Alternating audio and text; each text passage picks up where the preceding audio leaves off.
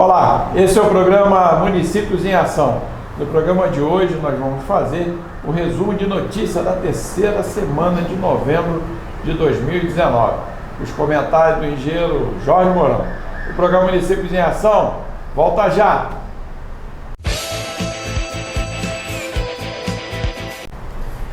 Bem, estamos de volta, esse é o programa Municípios em Ação. E já na terceira semana, do resumo de notícias de novembro de 2019. Primeiro quero dar bom dia ao engenheiro Jorge Mourão. Bom dia, Mourão, e parabéns aí pela netinha, né? Pois é, está cada dia mais bonita, graças a Deus. Bom dia, né, Renato? Bom dia aos amigos que estão nos acompanhando, nos dão o prazer desse encontro semanal. Pois é, rapaz, qual vai ser o futuro dos que virão, né? Do que as crianças que estão aí, o quadro é muito difícil, né? Muito difícil, né?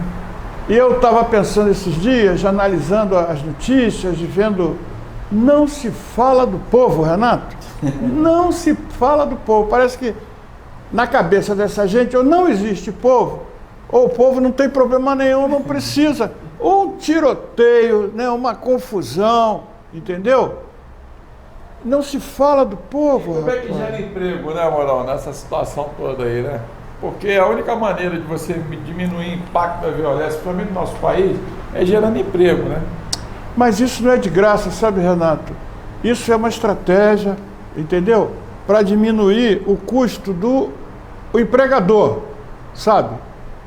Aí ele tem menos custo, você tirando os direitos, agora vão mexer no fundo de garantia, né? No seguro-desemprego, vão mexer nisso tudo, já foi anunciado. Então, cada vez menos. Agora, é um tiro no pé, porque com menos dinheiro, as pessoas consomem menos. E aí o comércio vende menos, não compra da indústria, emprega menos. No final dessa história, vai estar todo mundo quebrado, sabe? Eu sempre digo isso. Os comerciantes, os industriais desse país tinham que bater lá em Brasília, ó, presidente, você quer acabar com a gente, quer acabar com o país? Bota dinheiro no bolso do povo.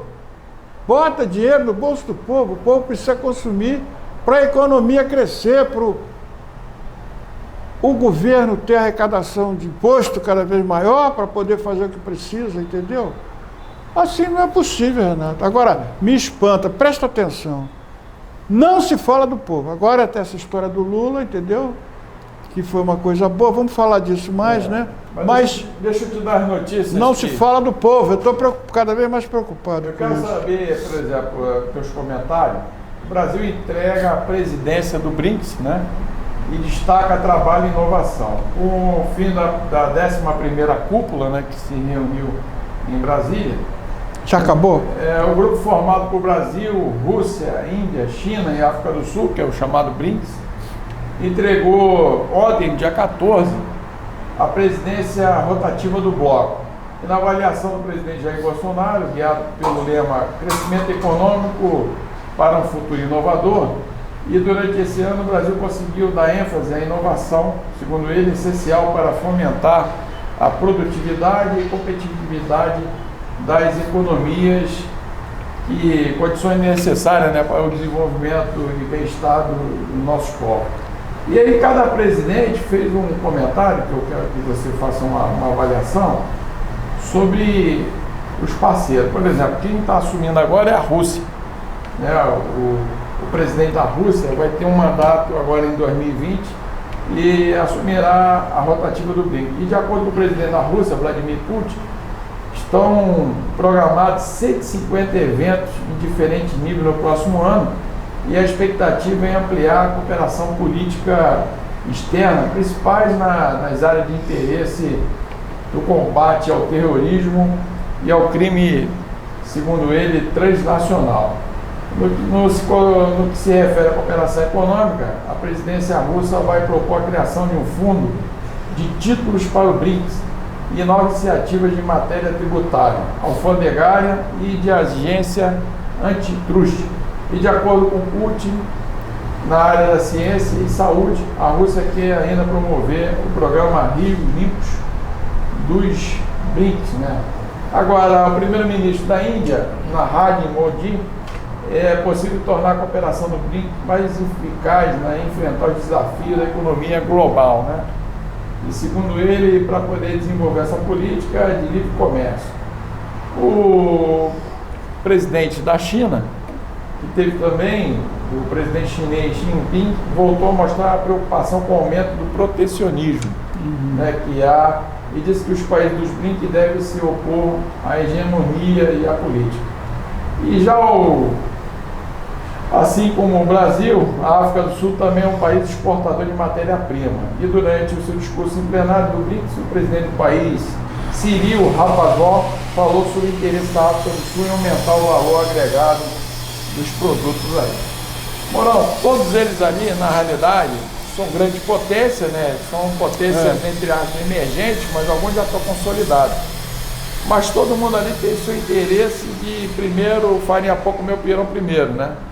E com o BRICS criou uma nova alternativa de outros blocos que existem para poder fomentar as suas exportações, né, o crescimento do seu país. Como é que você avalia todo esse trabalho? Esse BRICS foi uma iniciativa muito importante, sabe, Renato? Muito importante mesmo.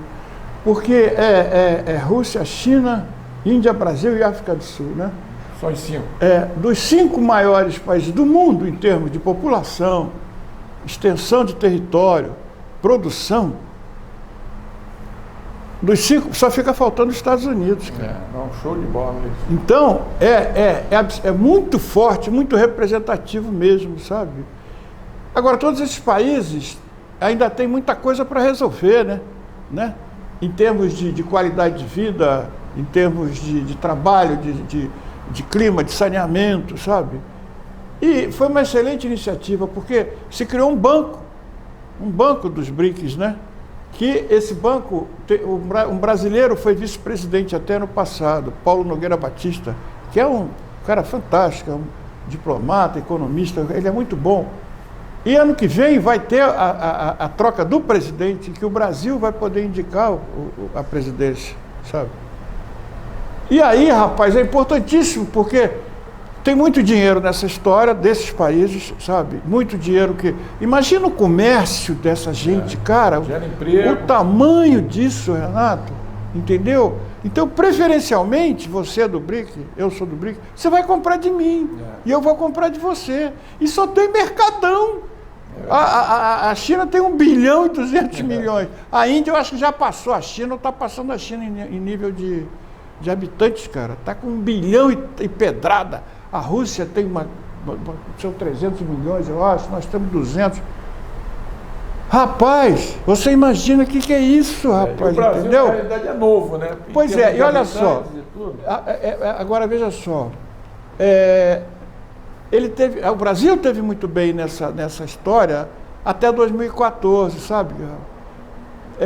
Porque em 2014, teve uma reunião do BRICS aqui no Brasil também. Só que não foi em Fortaleza. E o Brasil, quando é no teu país, você pode convidar todos os países vizinhos que não são do BRICS para assistir, para conhecer. Olha só, uma oportunidade de negócios, assim, de acordo, fantástico. E naquela época, a Dilma era presidente, ela convidou todos os países da América do Sul, mandaram representantes, inclusive autoridades de governo. Foi um encontro fantástico em Fortaleza. Esse ano não veio ninguém. A nossa diplomacia está muito fraca, né? Muito desarticulada, entendeu? Mesmo com problemas, a presença do Uruguai, da Argentina, do Chile, Paraguai, Bolívia, Peru, Colômbia, rapaz, né? A Venezuela, todo mundo tinha que estar aí, rapaz, porque fora qualquer questão política, de simpatia, não, porque olha só, Renato, nesse campo não tem simpatia nem antipatia, é negócio, cara, é negócio, é dinheiro, é trabalho, entendeu? Eu não gosto do teu regime, eu não simpatizo contigo. Mas não, vamos fazer negócio, você quer comprar coisa que eu tenho para vender? Até porque os governos são transitórios, mas a nação é permanente. E dinheiro, a nação precisa de recursos, precisa de trabalho. Então, a nossa diplomacia está fraquíssima, então não foi convidado ninguém apareceu, ninguém foi convidado. Fraco. Agora, a atitude do Brasil parece mudou. Eles estão começando a ver que o buraco é mais embaixo. E não adianta aliança subserviente, como estava tentando fazer com os Estados Unidos, que não está correspondendo a essa subserviência do governo do Bolsonaro. Não está dando nada em troca. Pelo contrário, entendeu? Continua desprezando e não... Então o pessoal está se tocando que desse caminho, desse mato não vai sair coelho. Começaram a prestar atenção. Bolsonaro já pediu desculpas ao primeiro-ministro chinês de bobagem que ele andou falando na campanha da China, não sei o quê. Então, agora, o cara é maluco, mas não é tão burro assim, né? Ele está prestando atenção e está dando valor e atenção que essas coisas precisam. Ele recebeu o recado, né, da postura do Brasil aqui na América do Sul em relação aos vizinhos aí, principalmente agora com essa questão da Bolívia. O Putin parece que deu uma alfinetada nele a respeito. E ele botou panos quentes e principalmente teve uma atitude assim muito amistosa, sabe? Isso é importante. Porque devem ter falado, o presidente para de fazer bobagem, a gente está perdendo mercado na Arábia porque o senhor... Está na hora de governar. Pô, está na hora de governar, de bancar, de fazer gracinha para quem não merece. Olha só, a gente perdeu mercado na Arábia porque aquela bobagem dele lá de Israel, o cara lá saiu, né? Perdeu Netanyahu, o parceiro. Perdeu a eleição. Perdeu e não conseguiu formar o governo, parece que saiu mesmo. Perdeu o mercado, rapaz. Pô, que isso? Por causa de bobagem, a troco de nada, entendeu? Eu acho que qualquer atividade que um gestor, né, somente de um país, rapaz, ele tem que conversar com a sua eu acho que assessoria. O sábio é humilde, sabe, Renato? Ele tem consciência que ele não sabe tudo. Então tem que ouvir as pessoas, eu tenho que te ouvir, rapaz. Eu vou falar da Baixada, Renato, como é que é isso? Pô, você é nascido e criado aqui, rapaz, comeu poeira aqui com todo mundo. Eu vou falar alguma coisa disso aqui, eu vou falar, eu vou te ouvir. Renato, isso assim, assim. Não, Jorge, isso não, isso é por isso. Então eu acho que o sábio é humilde, tem que ser humilde, entendeu? E ele, que é isso, rapaz? Olha só tomou canelada, fez um papel feio, deixou o país mal, agora tá botando o galho dentro, tá botando as coisas no lugar. Então, esse BRIC é importantíssimo, e está enfraquecido, o país está enfraquecido, o Brasil está enfraquecido, porque não levou a sério, rapaz, tinha que ter levado, desde até 14, quando a Dilma esteve, né? O Brasil teve uma presença muito forte, sabe? Participação muito forte, tanto que o vice-presidente do Banco do BRICS era um brasileiro, olha só, isso é sinal de prestígio, de força.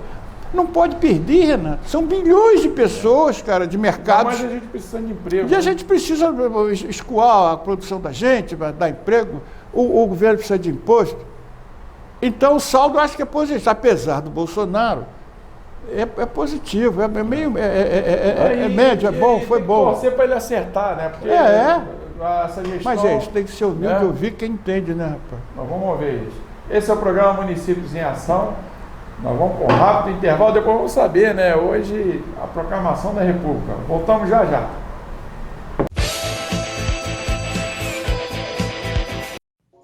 Imagine uma cidade de pequeno porte com cerca de 58 mil habitantes e um PIB de quase 15 bilhões de reais.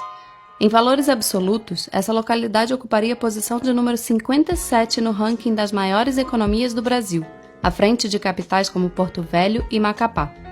Faça as contas. O PIB per capita da nossa pequena notável ultrapassaria os 253 mil reais ao longo de um ano. A cifra é 465% maior que o valor encontrado na cidade de São Paulo. Estamos falando de Vereadópolis, a capital nacional das câmaras municipais, que concentram cerca de 82% dos políticos eleitos no país. Na última semana, elas se reuniram na cidade de Iraí, no Rio Grande do Sul, para o Encontro Nacional da União dos Vereadores do Brasil. E se você já ficou surpreso com a existência de uma União Nacional de Vereadores, pegue uma cadeira agora. De acordo com um levantamento do Spotnix, com base nas declarações de contas anuais dos municípios entregues ao Tesouro Nacional, o gasto total das cidades brasileiras com o poder legislativo alcançou incríveis 14 bilhões 665 milhões 429.817 reais no ano passado. O valor é 62% maior do que o governo federal gastou com o próprio Ministério das Cidades. E essa conta pode facilmente ficar ainda maior, já que somente 4.759 das 5.570 prefeituras brasileiras informaram ao Tesouro Nacional o valor empenhado na função legislativa, de acordo com os dados disponíveis no Sistema de Informações Contábeis e Fiscais do Setor Público. Na prática, isso significa que o erário público não sabe quanto foi gasto com quase 1/6 das câmaras municipais do país. Para piorar, não são raros os casos em que as prefeituras inserem rubricas orçamentárias da Câmara Municipal em outros órgãos e vice-versa, quando vão enviar suas declarações ao Tesouro. Por fim, dados incorretos acabam sendo publicados, mas o Ministério da Fazenda alega que a qualidade das informações é de responsabilidade dos municípios. Até onde sabemos, a cidade do Rio de Janeiro tem a máquina de leis mais cara do país. No ano passado, a Câmara do Rio e o Tribunal de Contas do município, que é considerado um anexo do Poder Legislativo, empenharam um total de 880 milhões e 300 mil reais. Sozinha, a capital fluminense gasta mais com seu legislativo do que 23 estados. Cada carioca pagou um total de R$ 135,46 em 2017 para seus vereadores e conselheiros do TCM. Em São Paulo, a situação não é muito diferente. A maior Câmara Municipal do país e o seu Tribunal de Contas custaram 700 milhões de reais aos cofres públicos no ano passado. O custo por habitante, no entanto, é bem menor. Foram R$ 58,15 para cada paulistano. Aliás, dividindo o custo das câmaras de vereadores pelo número de habitantes que elas representam, São Paulo e Rio de Janeiro passam longe das primeiras posições. A Câmara Municipal que custa mais caro aos seus contribuintes no país fica em São Pedro das Missões, microcidade do interior do Rio Grande do Sul. Com 1.991 habitantes, a cidade gastou R$ 1.796.154 com sua Câmara Municipal em 2017, o que representa quase 1/5 das despesas do município. Foram R$ 902,14 por cada cidadão. O valor por habitante é equivalente a quase 7 meses de Bolsa Família para uma pessoa, considerando o valor médio pago aos beneficiários do programa no Rio Grande do Sul.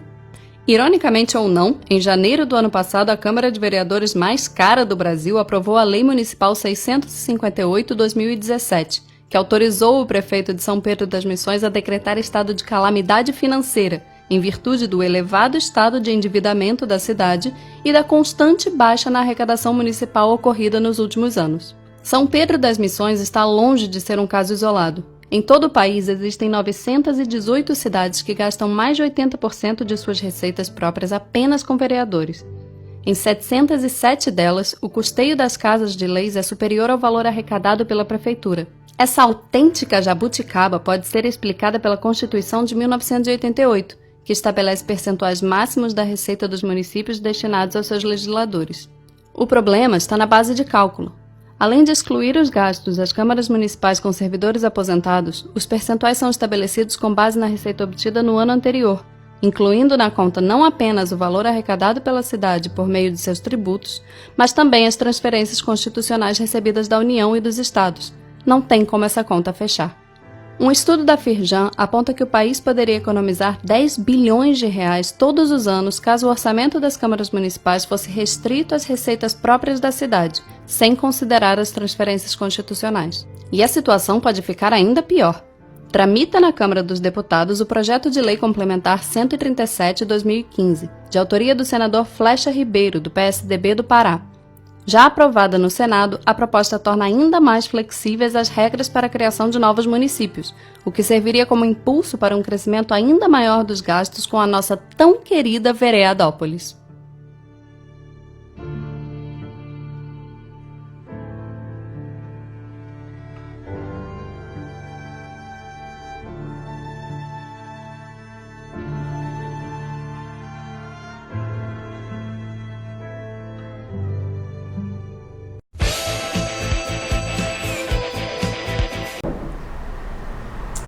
Bem, estamos de volta, esse é o programa Municípios em Ação. Se você quiser participar, mandar uma pauta, né? É só você entrar na TV Metropolitana Rio, canal 2 da NET. Você pode até instalar no seu aplicativo, no Play Store. Aí você pode assistir no trem, no metrô, no aplicativo, nas barcas, né? De qualquer lugar do planeta, você vai poder acompanhar toda a nossa programação. E a gente também agradece, né, a todos os nossos amigos da França, da Alemanha, na Ásia, né, de toda a Europa, sempre ligadinho na nossa programação. O que está acontecendo aí? Aí nós colocamos essa informação. Eu quero até aproveitar, mano, nós estamos com esse troféu aqui. Eu quero agradecer a Jandira e todos os parceiros, né? O programa Município em Ação recebeu esse troféu, né? Da cobertura sobre os Jogos da Cidadania. Importantíssimo. Jubileu de prata da 14ª Paralimpíada. Então está aqui, eu quero agradecer a Jandira, né? Nós tivemos a oportunidade de estar lá presente e aqui esse material e a gente fica muito satisfeito aí. Moral, eu quero também, hoje a proclamação da República completa 130 anos, ó. E em 1888, a Lei Áurea aboliu oficialmente a escravidão, mas o Império estava em crise. E, por outro lado, acreditava que os antigos escravizadores aderiram aos ideais republicanos para destituir a família real. Mas o cenário era bem mais amplo. Dom Pedro II estava muito doente e o sucessor seria a princesa Isabel, que era casada com um francês, o Conde Deu, considerado impopular, figura que também já havia criado conflito com os militares na ocasião da Guerra do Paraguai, né? Diz que ele mandou passar horror em todo mundo logo lá. E a participação do Conde Deu na Segunda Guerra do Paraguai é um dos fatores de impopularidade. Ele era arrogante, disse que ele promoveu massacre e não tinha aptidão para administrar, conta a historiadora Kátia Faria. E, na realidade, o que ocorreu? Quem também tinha pouco prestígio entre os militares era o Visconde de Ouro Preto, chefe do gabinete do Império e conhecido pela intransigência. Ele foi nomeado por Dom Pedro II para fazer as reformas que os republicanos buscavam, né? E aí o que aconteceu? Em 1870 o Brasil saiu vitorioso na Guerra do Paraguai e os militares não tinham recebido do imperador o reconhecimento que esperavam. E aí o Brasil já estava em crise por causa das dívidas motivadas, principalmente pela guerra, e aí o sistema do governo da monarquia era considerado atrasado. Aí os ideais republicanos chegou ao Brasil a partir da França, da ideologia do positivismo, e que basicamente era uma burocracia estatal calçada na competência. E aí o que aconteceu?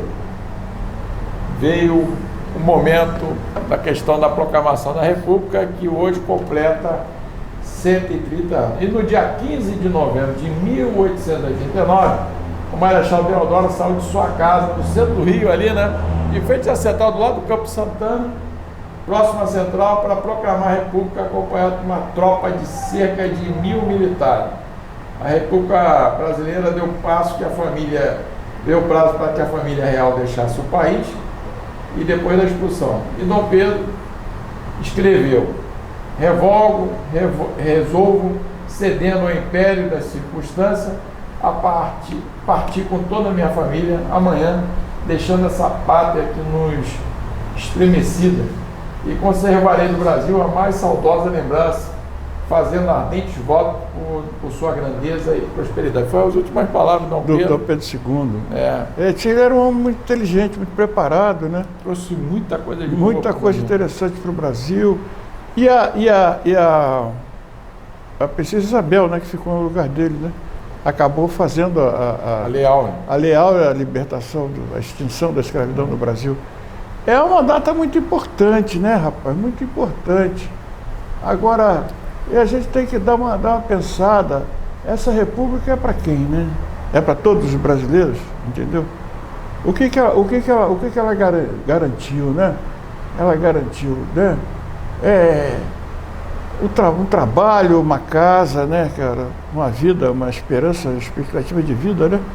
Uma vida boa para a família e para os seus filhos, entendeu? Ela tem um simbolismo, né? Por que um país se torna independente, né?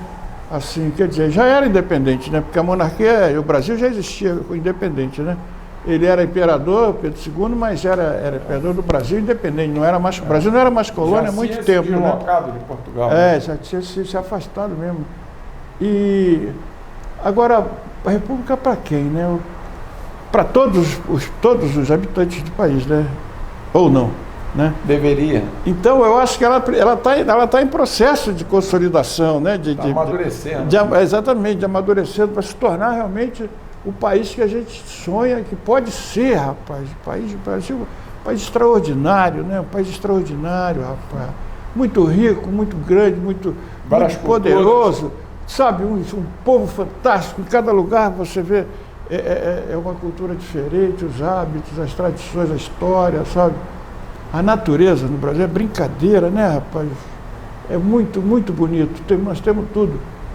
E pouca gente, se você comparar as áreas dos países e as populações, tem país com menos áreas que a gente e que tem muito mais gente morando, vivendo. Então, condições de que todo mundo tem uma vida boa mesmo, sabe? A gente tem que chegar lá, né? A gente tem que ter governos que olhem para o povo, né? Estava comentando com você um pouco,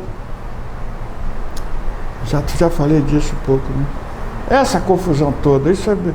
Eu já tinha dito para você, para os amigos, né? Que eu não quero mais saber de Bolsonaro e da turma dele. Só fazem bobagem, né?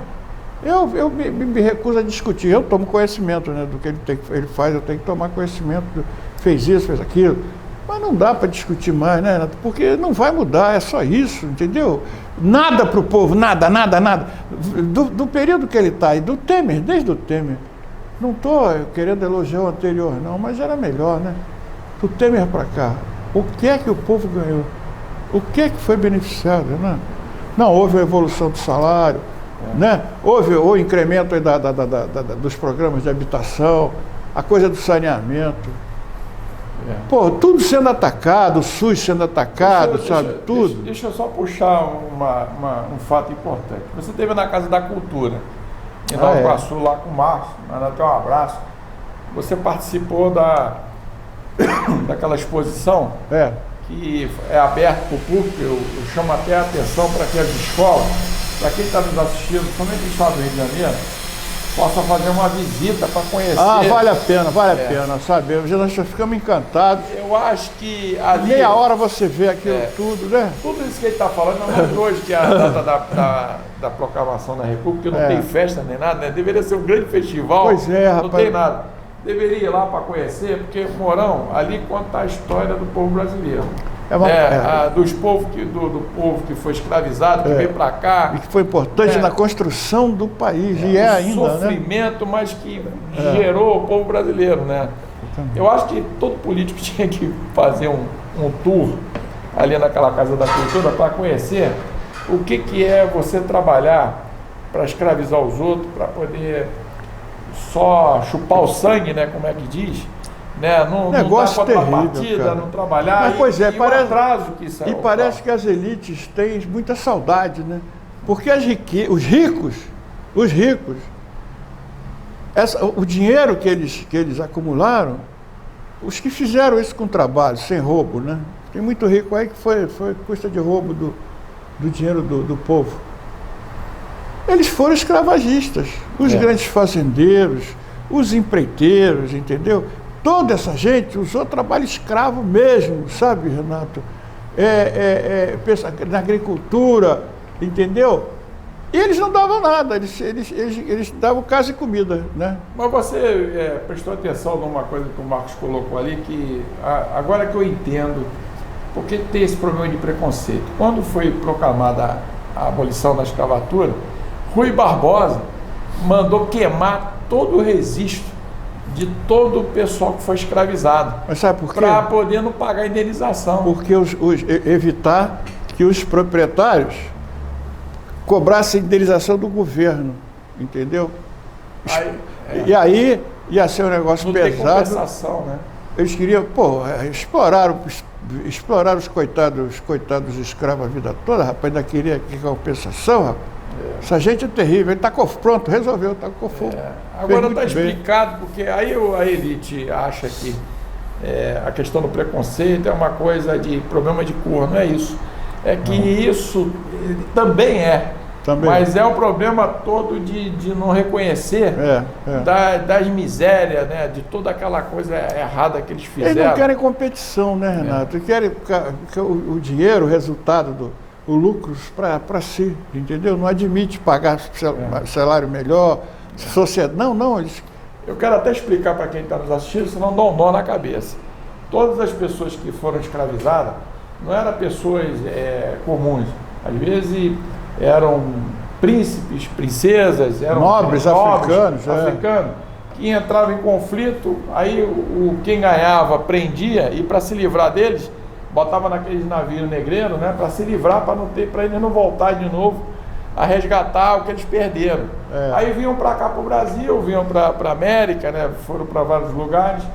Quando chegavam aqui, eles eram tratados igual bicho. E aí o que aconteceu? Todo mundo fala que ninguém nasceu escravo, né? Eles foram escravizados. E depois desse período da abolição da escravatura que a princesa Isabel aboliu, o governo tinha que indenizar esse povo, né? Indenizar os descendentes, indenizar terras e mais terras. Aí o que o Rui Barbosa fez? Mandou queimar todos os registros para não ter que, né, os advogados entrar com pedido de indenização. É por isso que deu essa confusão. Aí quando se fala em fazer cotas, né, resgatar o que é de direito de devido, indenizações, aí todo mundo, não, tem que trabalhar, tem que não sei o quê, como se fosse as pessoas indolentes. Não é isso. É um resgate social, de uma inclusão social que mas havia, quando aconteceu a libertação, havia algumas pessoas próximas da princesa Isabel, e ela era favorável a isso, que se fizesse uma reforma agrária, que desse um pedaço de terra para cada um escravo, sabe? E isso progrediu até um certo ponto e depois parou e não foi. Olha, isso teria resolvido, rapaz. Olha só, rapaz. Entendeu? Estava tudo certo, cada um tinha o seu pedaço, tinha garantido ali o plantio da sua alimentação. Era um patrimônio, né? Aquilo era um patrimônio para o cara, para a família. Não progrediu, mas isso devia ter sido feito. E com a industrialização, a pessoa sem ter condição de capacitação para trabalhar, atrasou também mais ainda, né? Podia que aceitar qualquer coisa, passava fome, não tinha uma... Se ela tivesse um pedaço de terra que ela comesse, o excedente ela vendia, começava a ter, entendeu? Melhorias e fazer um pé de meia, estudar até... Não, mas foi muito mal. Por isso que a gente chama a atenção, você que quer ser político, né? Você que vai precisa estudar, precisa ler, vai lá, estudar, visita a Casa da vai Cultura, conhece, porque você conhecendo, você vai ter uma visão diferente. Melhor. Nós aprendemos muito, né? Foi muito interessante. Foi muito Nós bom. sabemos que não sabemos nada, né? Lá você aprende tudo. Esse é o programa Município em Ação. Nós vamos rápido, só para tomar um cafezinho, voltamos já já.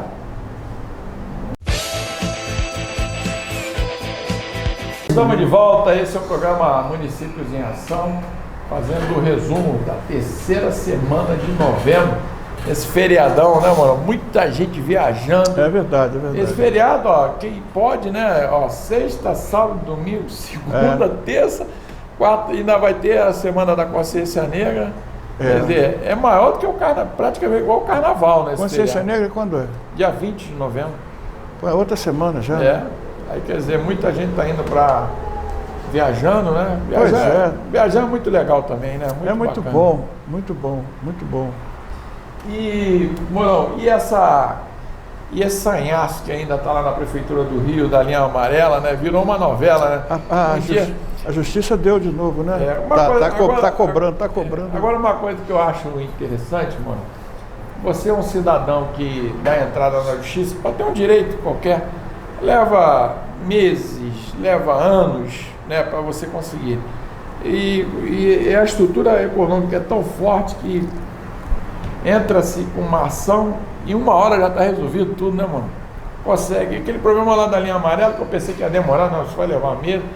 Daqui a pouco, em menos de horas, a empresa resgatou, né? E cobrou. Aí, moral da história, aí foi a não caixa adiantou nada. E a caixa de Pandora abriu. Quer dizer, era cobrado R$15, R$7,50 para ir, R$7,50 para voltar. Dentro do perímetro urbano. Tá errado. E na realidade eu nunca vi isso. caríssimo, mais caro que a ponte Rio-Niterói, quer dizer. É verdade, é verdade. E aí agora, por exemplo, em Nova Iguaçu entraram com uma ação sobre o problema da Light, que a Light estava cobrando indevidamente, né? Continua? A taxa de contribuição. Ah. Aí foi feito até uma CPI aqui para saber essa fonte disso lá. E lá, por que não viram isso antes? Se a taxa era abusiva, né? Concordo. Como é que tu avalia isso? Pois é. A raiz desse problema, a gente falou outro dia sobre isso, é o modelo de cidade que a gente adotou, né, Renato? As coisas muito distantes, né? Principalmente o trabalho da casa do trabalhador. Essa é a questão, entendeu, Renato? Porque se aqui na Baixada tivesse bastante trabalho, não ia precisar o pessoal se deslocar do jeito que faz. Exato. Não ia ter necessidade de fazer uma linha vermelha. Para quê? A Dutra, depois da Vida Brasil, resolvia como você resolveu. E não ia ter problema de favelização, né? Não, você tinha muito. Você ia ter que ter. Então, isso nunca foi pensado. A concentração de trabalho no centro da cidade do Rio. E na Barra da Tijuca, que se tornou outro polo também, né? Tem muito serviço, né? Exige que a pessoa se desloque. E aí tem que fazer essas obras. Você imagina quanto custou essa linha amarela, né, Renato? Uma obra enorme, rapaz, sabe? Que tem que ser bem feita, entendeu? Rapaz, deve ter sido uma montanha de dinheiro. Sem resolver o problema, que é a distância, né? A distância.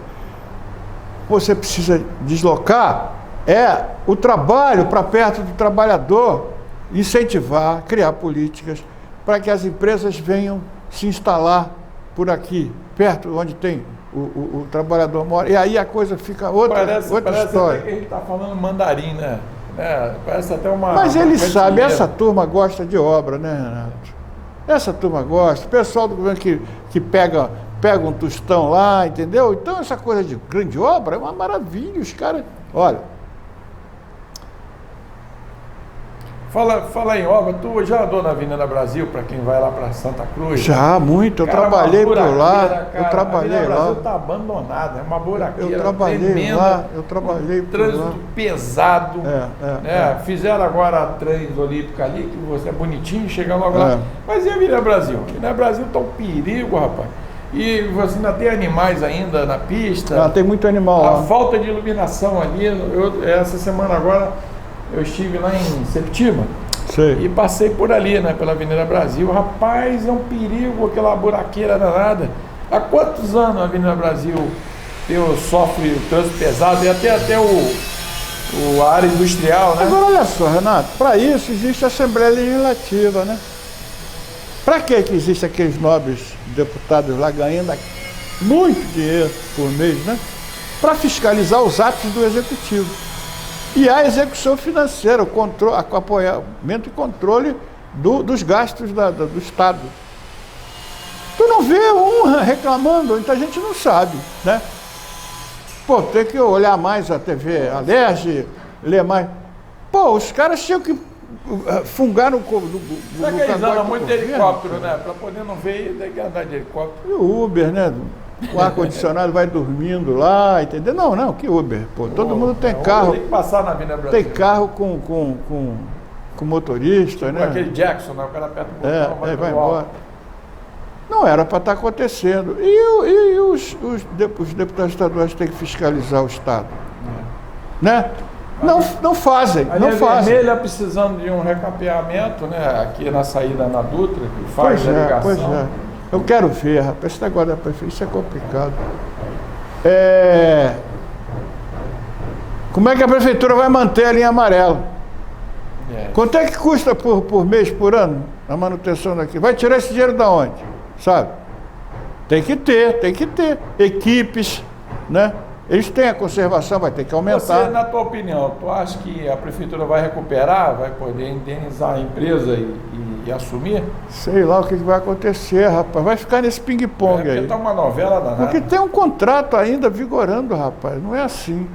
Só por uma questão... isso aí não é a Câmara que... É igual lá, a CCJ lá, querendo mexer na Constituição. Agora, na eleição agora que vai vir para prefeito do Rio, eu acho que esse tema vai vir à baila, né? Tem vários candidatos agora cada partido vai apresentar o governador vai lançar o candidato dele, que ainda do PSL está indefinido. O PSL ligado ao presidente Bolsonaro O vai Witzel lançar é que partido? Não, o Crivella qual é o partido do Crivella? É PRB. PRB, né? Agora parece... O garotinho não foi desse partido? Não, né? É a PR dele, foi PR. Aí tem vários candidatos. Eduardo Paes agora está no DEM, também é candidato. Tem Freixo. Tem o Marcelo Freixo, que é do PSOL. Tem o Molon, né, do PSB. Brizola Neto. Brizola Neto está do PCdoB. Marta Rocha está do PDT. E aí tem os outros candidatos ainda que estão se deslanchando, né, no sentido de poder colocar. Pois é. Agora, esse tema vai ser debate, né? Olha só, tem que falar nisso sempre. A gente tem que prestar atenção na hora de votar. A gente elegeu um pastor sem a menor experiência política. Como que podia dar certo isso? Como? Sabe? Ele nas coisas de Deus lá, não sei, porque ele também não atuava, né, como pastor, né? Ele tinha tido uma missão na África, né, que ele passou lá um tempão. Sem a menor experiência, sem o menor traquejo, sem preparo, ele é engenheiro, eu acho, né? Mas não é suficiente, rapaz. Isso aí é muito complicado, muito pesado. E essa turma chega lá, se acha. O problema da pessoa, mais triste, eu acho, no ser humano, é se achar, sabe? Se achar melhor que os outros, se achar o suficiente. Aí se cerca de puxa-saco de gente que é tão analfabeta no assunto quanto ele, e sai fazendo besteira, rapaz. Sai fazendo bobagem mesmo, entendeu? Olha um exemplo. Votar é muito sério. Você é candidato? O que você já fez? Agora, onde é que você fez isso? Agora, Mourão, o maior termômetro para saber se a gestão do prefeito é boa ou não é quando vem as chuvas, né? Quando vem a chuva, a população acorda. Aí fez assim, pô, mas eu votei nesse cara, né?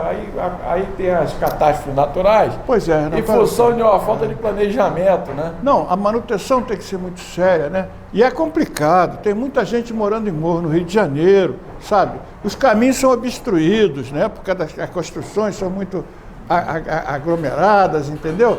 E isso causa problema, derruba, entope. Os rios precisam ser muito limpos o tempo todo. Porque entope, depois inunda e depois causa esses dramas.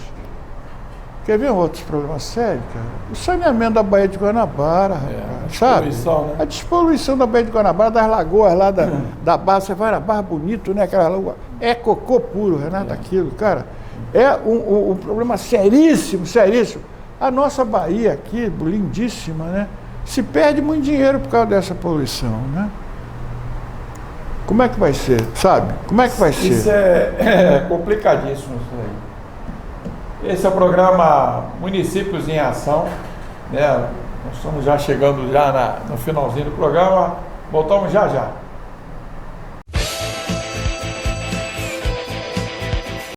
Bem, estamos de volta. Esse é o programa Municípios em Ação, fazendo um resumo de notícias. Morão, eu nunca vi, esse ano passou, né, com uma velocidade incrível, muito rápido.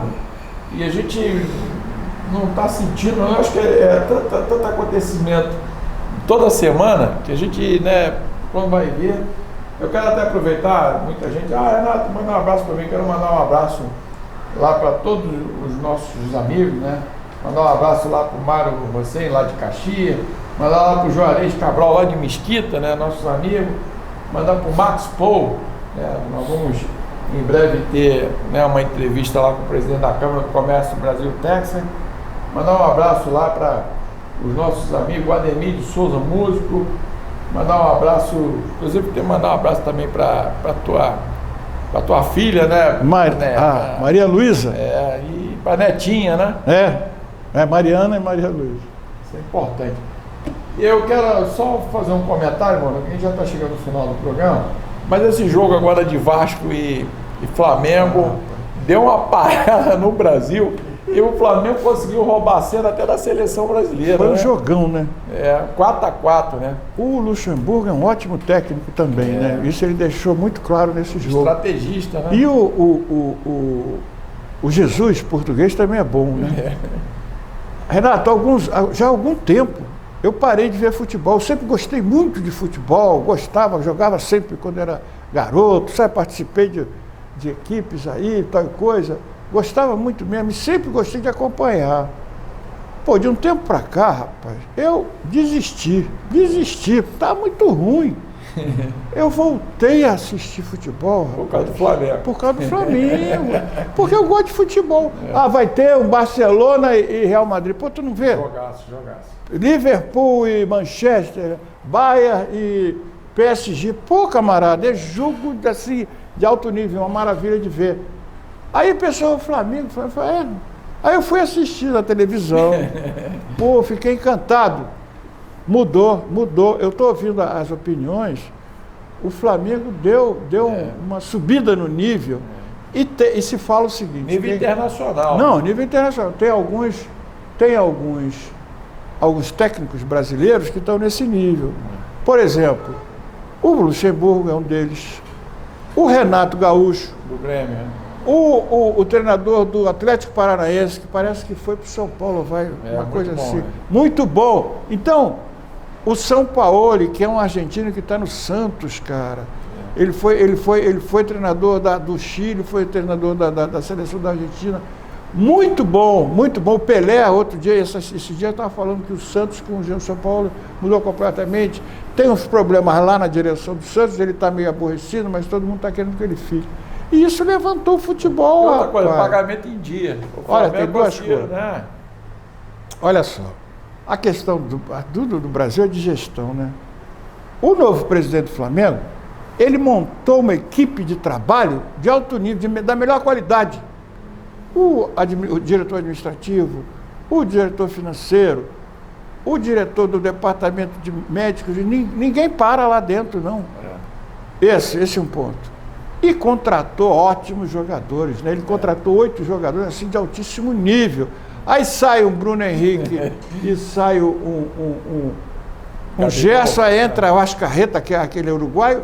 Joga muito. E entra o Vitinho. Pô, camarada, sabe? Ainda tem o Diego aí no banco, pô. Então, Renato, dá gosto de ver.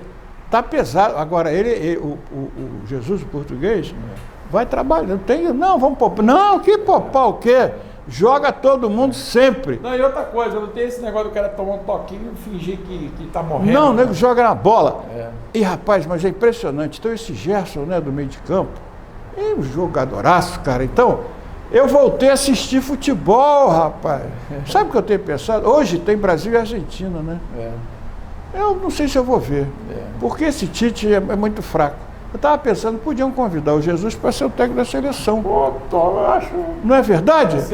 Imagina o que esse cara ia fazer, camarada. Ia botar os caras para trabalhar. Se bem que eu acho que pode pegar esse time do Flamengo, botar a camisa da seleção e bota os caras lá, mas não é.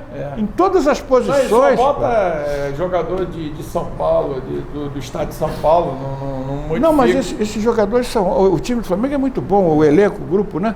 É muito bom. E eu acho que vai ganhar dos argentinos lá, e depois vai ganhar é o Liverpool, acho, né, que vai ter que disputar o Mundial, né? Não, vai ganhar, porque está jogando muito.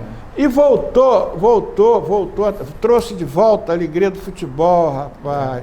Pô, você vê as audiências, né? O público dos 60, 70 mil. Quanto tempo isso não acontecia, cara? Não, o cara recebendo em dia, ele fica... Ele é outra coisa. Máximo, né? É outra coisa. Está sendo tratado direito. Acaba o jogo, Jesus vai, abraça, beija todos, um por um dos jogadores, cara. Entendeu? Tem uma diferença aí nessa história. E ele conhece, né? Os caras trabalham. Estou muito satisfeito de ver. Né? Vamos torcer aí, vamos ganhar, vamos trazer de volta a alegria do futebol. Essa semana agora eu fui convidado e eu estou com uma ideia, Mourão, de a gente trazer aqui dos municípios da Baixada da região metropolitana os pretensos candidatos a candidato a prefeito, até porque para que ele quer ser candidato? É isso. Por quê e para quê, né? Porque a maioria está ali, ninguém questiona, e o nosso papel do Programa Município em Ação é abrir para saber, para a população também perguntar. Ontem eu participei do Programa Município em Ação, fui convidado, entrou mais um pré-candidato, né, a prefeito de Nova Iguaçu, Cornélio Ribeiro. Político de tradição, né? Ele tem tradição. Conhece muito bem também Nova Iguaçu. Mas a ideia nossa é trazer de cada município. Niló, Belfor, papai. Eu acho ótima ideia. Para o público conhecer, né, o que pensam. Ele pode encaminhar perguntas se quiser, o que pensa. A gente anuncia, olha, próxima semana nós vamos trazer fulano. Você quer perguntar alguma coisa, você encaminha as perguntas, a gente faz aqui, entendeu? E isso aí, que a gente fala. Vamos conhecer para na hora de votar com cuidado, rapaz, porque senão a gente não sai dessa situação. Isso é importante. Bom, a gente chega ao final do programa Município, né? Eu torço para que você tenha uma boa semana, né? Nós vamos... Se Deus quiser. E eu quero suas considerações finais. Muito obrigado, é muito agradável esse nosso encontro, essa nossa troca de ideias. Nós estamos no mesmo caminho, nós estamos na mesma estrada, a gente quer o melhor para o Brasil, para todo mundo, sabe? E a gente precisa ter muita clareza, a gente precisa saber o que está acontecendo, sabe? Porque é com o nosso dinheiro, fruto do nosso trabalho, isso é muito sério, é coisa sagrada, entendeu? O que é que vai ser daqui para frente? Os sinais são ruins, né? São ruins, entendeu? E a gente fica preocupado, né? A gente fica preocupado. Mas temos que falar sempre, temos que discutir isso sempre. Beleza. E é isso, uma boa semana, obrigado pela companhia. E abraço lá da Netinha. Lá. Com certeza. Chegamos ao final do programa Municípios em Ação, tenham todos uma boa semana. Um abraço até lá. Tchau. Tchau.